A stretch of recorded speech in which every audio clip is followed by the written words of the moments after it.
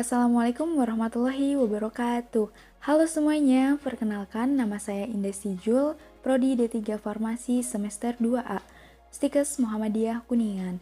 Tujuan saya membuat video ini yaitu untuk memenuhi tugas mata kuliah Kimia Organik tentang identifikasi senyawa aldehid dan keton. Nah, untuk lebih jelasnya, yuk simak video selengkapnya. Let's go! Apa sih aldehid itu? Aldehid adalah suatu senyawa yang mengandung sebuah gugus karbonil yang terikat pada sebuah atau dua buah atom hidrogen. Nah, untuk ketonnya itu adalah senyawa-senyawa sederhana yang mengandung sebuah gugus karbonil, sebuah ikatan rangkap C mengikat O. Jadi, pengertian dari aldehid dan keton adalah dua dari sekian banyak kelompok senyawa organik yang mengandung gugus karbonil. Aldehid dan keton yaitu suatu senyawa yang tersusun dari unsur-unsur senyawa karbon, hidrogen, dan oksigen. Pembentukan reaksi aldehid itu dibentuk dari reaksi oksidasi alkohol primer, sedangkan keton dari alkohol sekunder.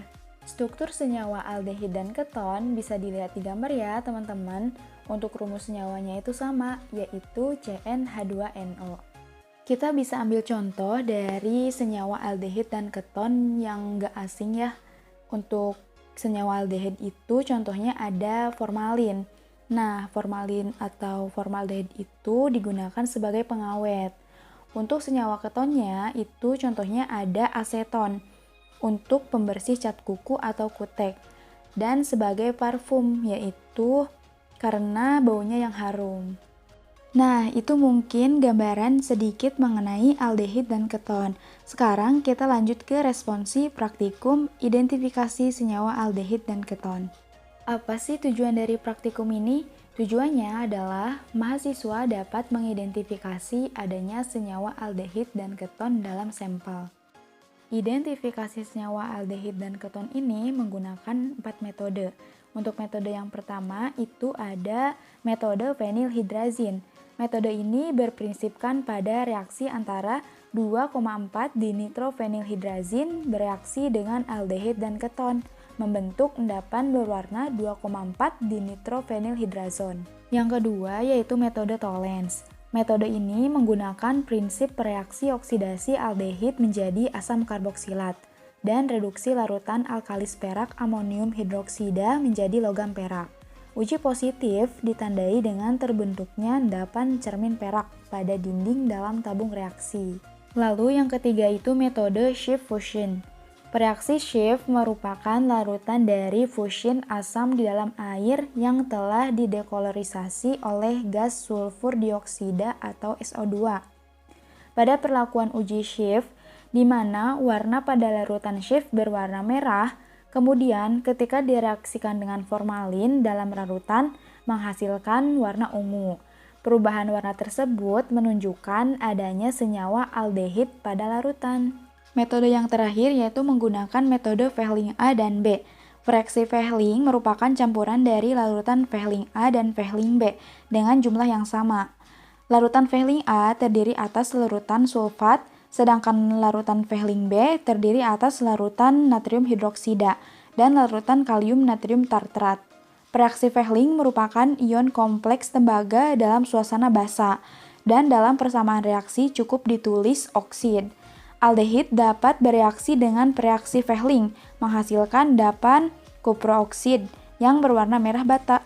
Alat dan bahan yang digunakan diantaranya ada yang pertama tabung reaksi sejumlah 6, pipet tetes 6, pembakar spiritus 1, gelas kimia 250 ml 1, kaki 31, benzaldehid atau formaldehid sebanyak 10 ml, aseton 10 ml, sikloheksanon 10 ml, 2,4 dinitrofenilhydrazine 5 ml, larutan perak nitrat 5 ml, larutan natrium hidroksida 5 ml, larutan amonia 2% 5 ml, reaksi fusion dan lainnya itu sebanyak 5 ml, aquades secukupnya, larutan Fehling A itu 5 ml, dan larutan Fehling B sebanyak 5 ml.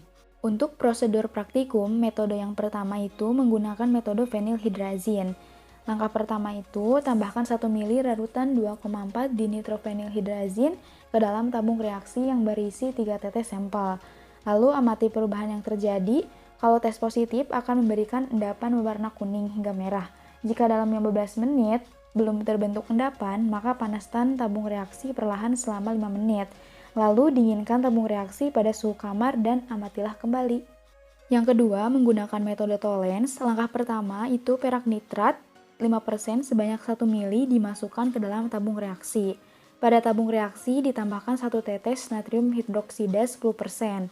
Pada tabung reaksi ditambahkan amonium hidroksida 2%, itu setetes demi setetes sebanyak 10 ml sambil diaduk hingga endapan perak dioksida larut. Selanjutnya yaitu tambahkan sampel sebanyak 3 tetes, kocok perlahan, biarkan selama 10 menit. Nah, jika tidak terbentuk endapan kaca perak, maka tabung dipanaskan selama 5 menit di atas penanas air lalu diamati.